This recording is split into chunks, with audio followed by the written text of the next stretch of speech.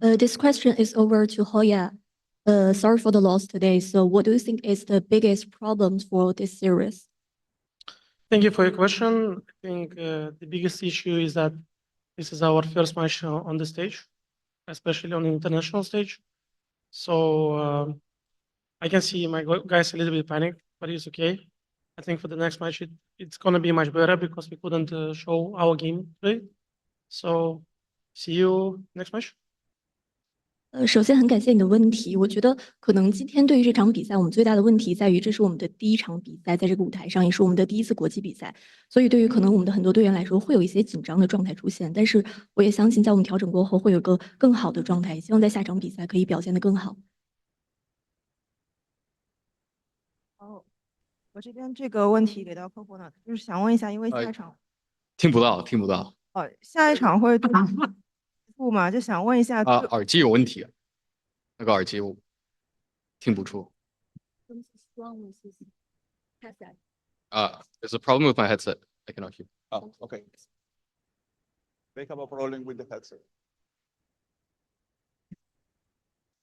Can you hear me? Yeah, you're clear. But Okay. Whoever was asking me the question, I couldn't really hear. 听到吗？ No? 不太听到。 Okay, maybe the microphone is not working. Can we change the microphone, please?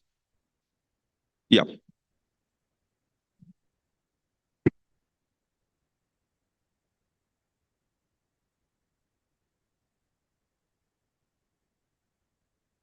Pause. 现在能听到吗？很小声。现在能听到吗？可以。那我大声一点。好。就是想问一下，下一场打极兔嘛，生死战，然后但是我们还是有机会的。你觉得队伍和自己有哪些地方需要调整？感觉我们上场的那个状态，感觉我们就不像我们第一赛段那个上台的气氛嘛，或者什么的。我感觉我们调整自己的心态最重要，然后就兴奋一点吧，因为拿到可以上到世界赛打比赛。This question is over to Coconut. It's gonna be the do or die match against G2, but you still have the opportunity. So what do you think you need to adjust for both your team and yourself? And Coconut answer is, I feel like our form was not as good as we do in stage 1. We don't have the vibe at that time. And I think all we need to do is to adjust our mentality and to be more excited on the stage. You know, it's very hard to have the opportunity to play on such a big stage. Thank you. Next question. Hello, my name is Sierra Zobi, freelance esports commentator. The question goes over to the coach as well. It's very similar to the last question. You said you guys were just getting the dust off for the international stage, and now you have to go up against G2, the #1 seed from Americas. How do you feel about them as an opponent? Did you get to catch any of the PRX game? And what do you think about that upcoming match and opponent in particular? I think since it's do or die match, this is what we get used to play before. It's like honestly, I think it's going to be way more better. I have this feeling because right now we have nothing to lose. We already show our worst game ever on the stage, and I hope we just adjust some things that we couldn't show today. And I wish it's different XLG, and I wish you guys have a chance to see it. Thank you. Yeah, small follow-up on that. I think Zekin in his post-match interview said that you guys play more standard actually compared to like Wolves compared to Billy since they had to go through the Chinese gauntlet. Do you view your play style that way, or how do you view it in particular? I think sometimes we try to play more clean, and maybe sometimes it's not good for us, especially now because we play with a sub. Midi is a sub guy. And since he has a crucial role, also we have like some communication issue because he cannot speak English, and him and Rargil like literally cannot communicate, and it's just unlucky that this happened. But it's okay. We take it. This is not an excuse, and we'll see how it goes later. Thank you. Happy birthday and good luck in your lower bracket match. Thank you. 好，那我们接下来给到线上媒体进行提问。第一个问题给到赛高。这个问题提问到 VALORANT 选手，那这是你们第一次站上国际舞台吗？那有没有和预想中不一样的地方？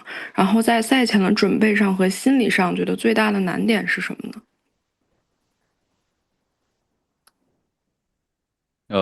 感觉肯定在世界赛舞台上面，感觉可能受关注度可能感觉会更多吧。然后确实大家压力都会比较大。然后在我们赛前的时候，其实也说过，就是把这个比赛可能当做就是正常的比赛，不要去想太多，去打就行了。但是确实我们今天也没有做到。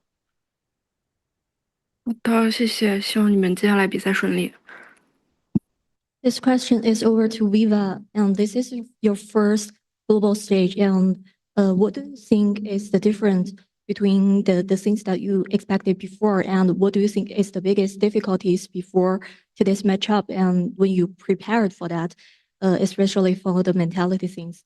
And Viva's answer was like, I feel like on the global stage there were more eyes on us. Definitely, we have much more pressure than before.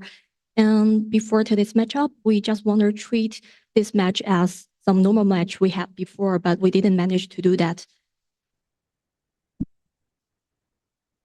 Thank you. Next question goes to Rabia. Hey everyone, this is Rabia from Esports Insider. My question goes to the coach. First of all, happy birthday. And also, you just mentioned the team was panicking on stage because it was their first matchup in front of the international audience. I want to ask you, as a coach, what kind of exercises would you focus on to help the team feel more comfortable on stage going forward, especially against the first seed from America's G2?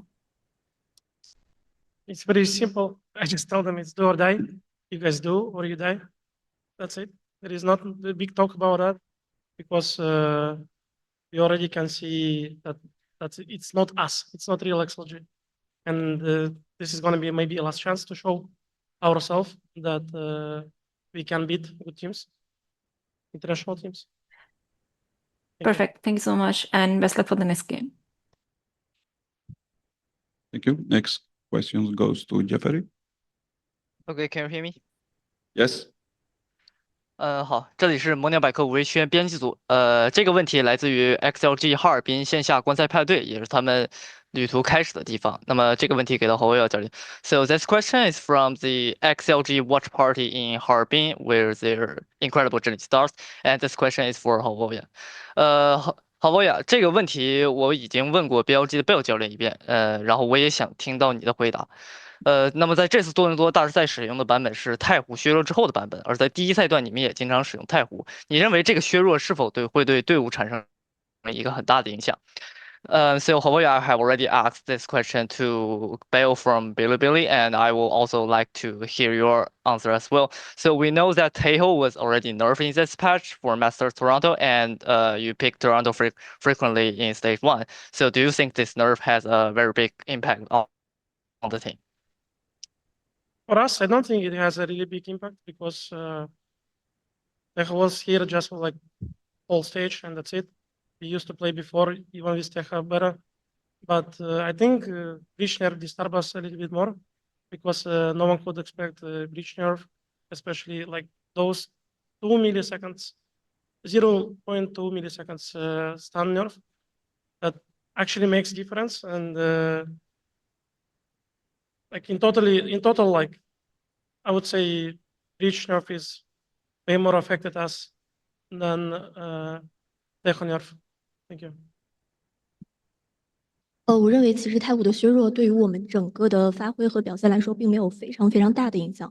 因为我觉得可能对于很多版本来说，确实都会存在削弱的一个情况，而且包括现在可能对于一些时间上的把控，比如说这种0.2秒的一些区别来说，我觉得对我们影响不是很大。但是我觉得可能对于铁臂的削弱来说的话，对我们的影响会比太湖要更大一些。好，感谢，然后也祝你们接下来的比赛一切顺利。And thank you, and I wish you all the best on your upcoming matches. Thank you. Next question goes to Henry Boyle. Hi there, Tenrek Independent. Of course, you guys are going to be facing G2 next. This question's for hvoya. And there are a lot of parallels with G2 that XLG hold going into this matchup. Obviously, in your debut year of Ascension, there were high expectations going into this year, and you were able to meet them by the end of stage 1 off of really great mechanics. I'd like to know if there's anything you've gotten to see from G2 in particular that you really admire and that you as a team would like to, aspire to reach going into your second year of franchising in VCT.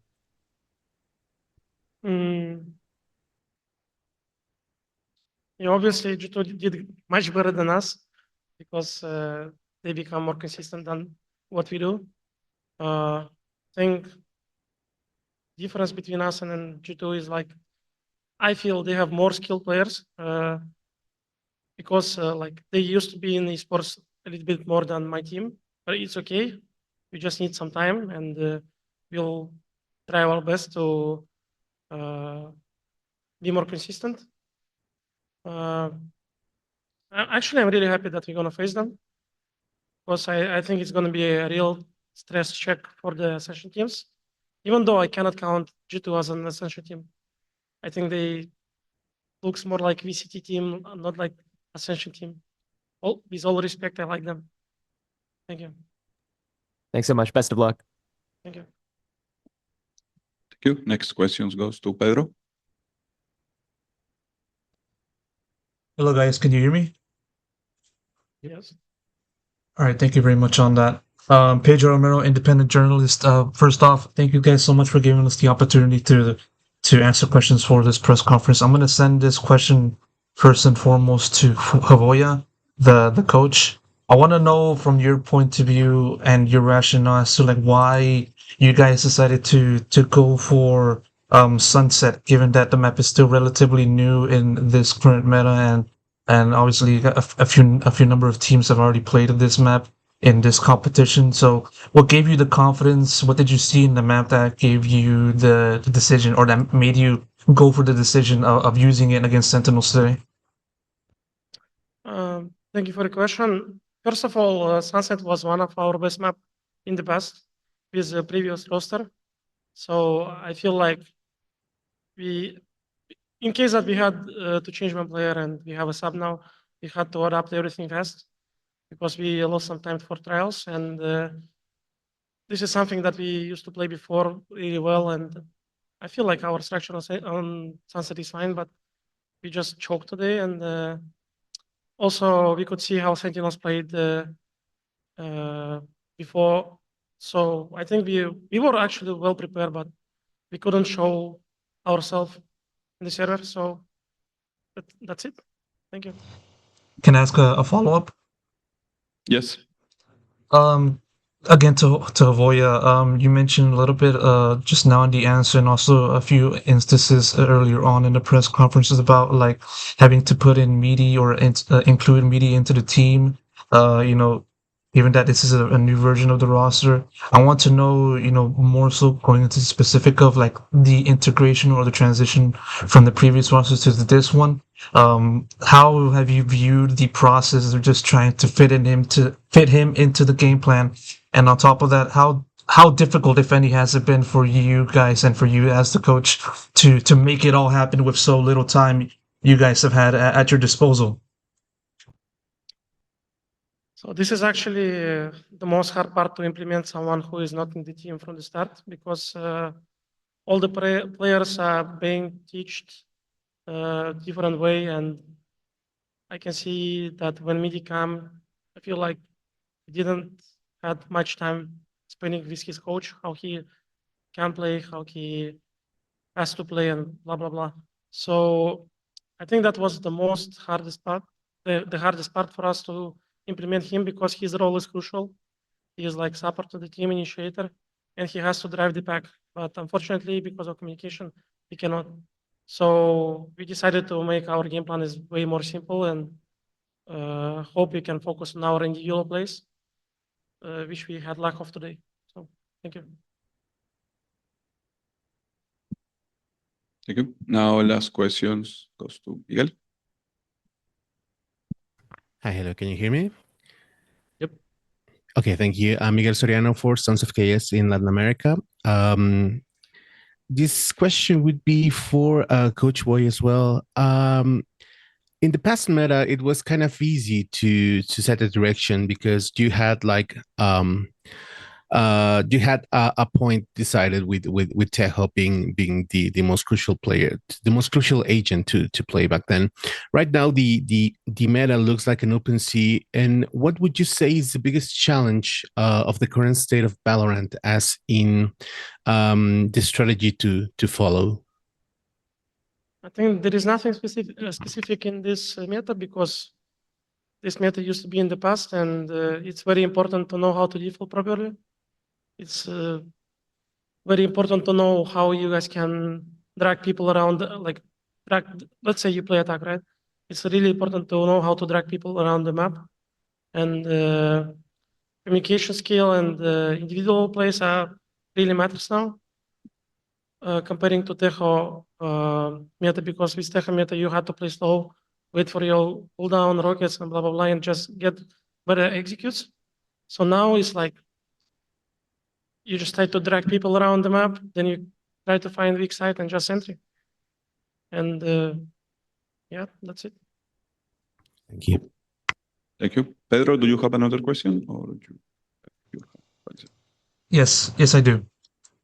Okay, last question, please. I'm gonna send this one over to Rarga. Obviously, like, this marks your first time appearing on the international stage. I mean, I want to know, just for you, how was the experience? Just to get the debut jitters out of the way. What was the experience? How have you viewed the crowd, the atmosphere, and just having to play with that? And how does that kind of differ from like competing in the domestic side? Thank you for question. I think like international stage is very hard. I have like not shock. I have a big pressure to compete with it, but I'll try my best to fix this. I think that's it. Thank you so much. XLG, thank you for being here, and good luck in your next match. Thank you. Thank you. Thank you.